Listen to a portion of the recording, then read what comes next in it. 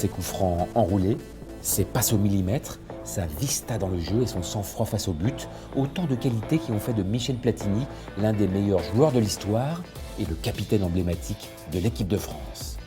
Auteur de 353 buts dans sa carrière, dont 41 avec les Bleus, il est aujourd'hui encore le seul à avoir été Ballon d'Or 3 fois consécutivement, alors qu'il évolue à l'époque à la Juventus. C'est un génie, un homme né pour le football, confesse son entraîneur Giovanni Trapattoni.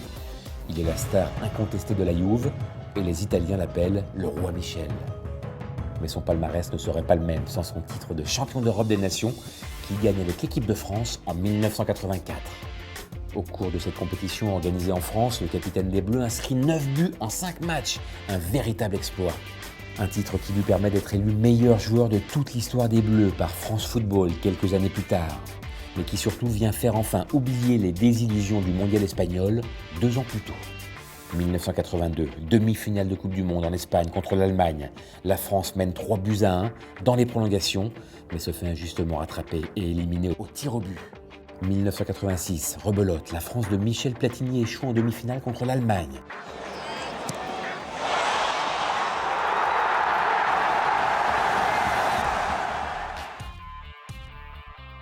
Michel Platini, l'homme aux 72 sélections et 50 capitanats, devient ensuite sélectionneur de l'équipe de France de 1988 à 1992 avant de s'atteler à une vie de dirigeant.